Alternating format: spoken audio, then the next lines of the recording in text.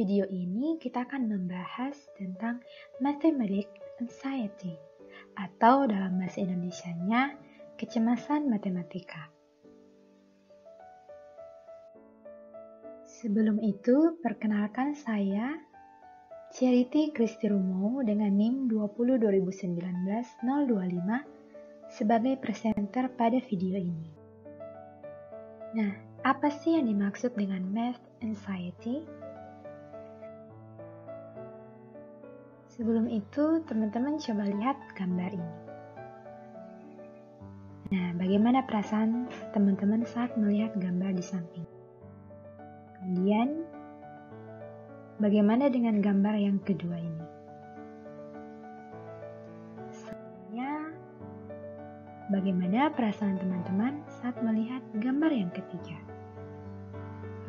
Semoga tidak pusing ya.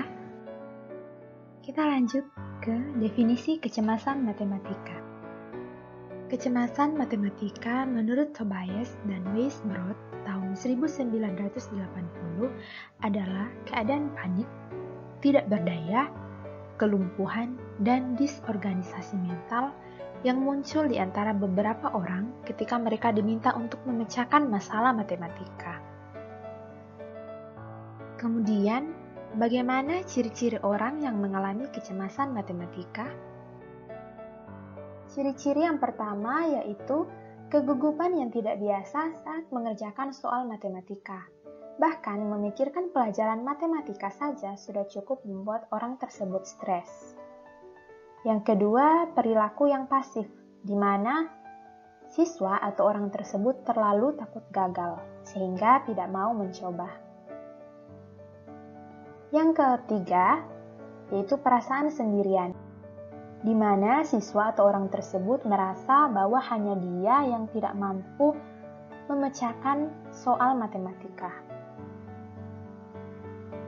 Kemudian, kurang percaya diri, di mana siswa atau orang tersebut terlalu mengharapkan orang lain untuk menemukan solusi daripada dia sendiri.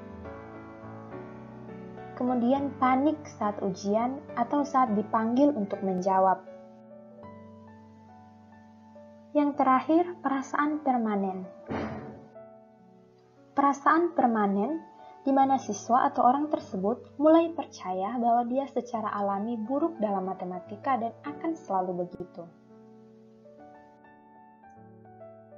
Dampak kecemasan matematika yaitu mengurangi kekuatan otak. Pengalaman buruk dengan matematika di masa lalu berarti otak terkadang mengasosiasi matematika dengan rasa sakit. Jadi daerah otak yang terkait dengan pemrosesan rasa sakit diaktifkan ketika berpikir tentang matematika. Yang ketiga, apa sih penyebab kecemasan matematika? Penyebab yang pertama adalah pengalaman memalukan saat belajar matematika. Yang kedua, pandangan negatif tentang matematika dari keluarga atau teman sebaya yang merasa bahwa matematika itu sulit, sukar, dan lain-lain sebagainya. Yang ketiga, pembelajaran matematika yang dilakukan lebih banyak menghafal daripada memahami proses-prosesnya.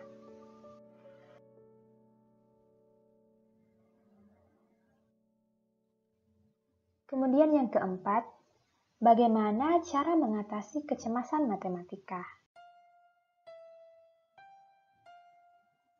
Yang pertama, penguatan positif. Seseorang yang mengalami kecemasan matematika perlu merasa bahwa mereka unggul dalam matematika. Hal ini bisa dilakukan dengan meninjau pekerjaan rumah yang dilakukan oleh siswa atau orang-orang yang mengerjakan matematika, di mana beri penekanan pada jawaban yang benar daripada kesalahan yang dia lakukan. Kelilingi seseorang yang mengalami kecemasan matematika dengan teman-teman dan guru-guru yang positif.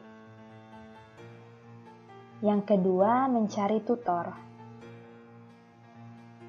Tutor atau pendidik atau pembimbing dapat berdampak besar pada perasaan siswa atau orang yang mengalami kecemasan matematika terhadap matematika. Mereka dapat membantu siswa mengatasi masalah mereka di lingkungan bertekanan rendah. Bimbingan-bimbingan yang diberikan dapat meningkatkan kepercayaan diri siswa. Kemudian yang ketiga adalah membingkai ulang kecemasan. Membingkai ulang kecemasan dapat meningkatkan kinerja matematika. Kita bisa meminta orang-orang yang mengalami kecemasan matematika untuk menuliskan hal-hal yang membuat mereka khawatir tentang matematika sebelum mereka melakukannya. Dengan berpikir kritis, mereka dapat menyadari ketakutan yang mereka pikirkan itu tidak berdasar. Keempat, jadikan matematika adalah menyenangkan. Kita bisa mencoba untuk menciptakan emosi positif dengan belajar matematika. Salah satu caranya adalah dengan menghubungkan matematika pada minat anak. Sekian presentasi dari saya, semoga bermanfaat dan terima kasih.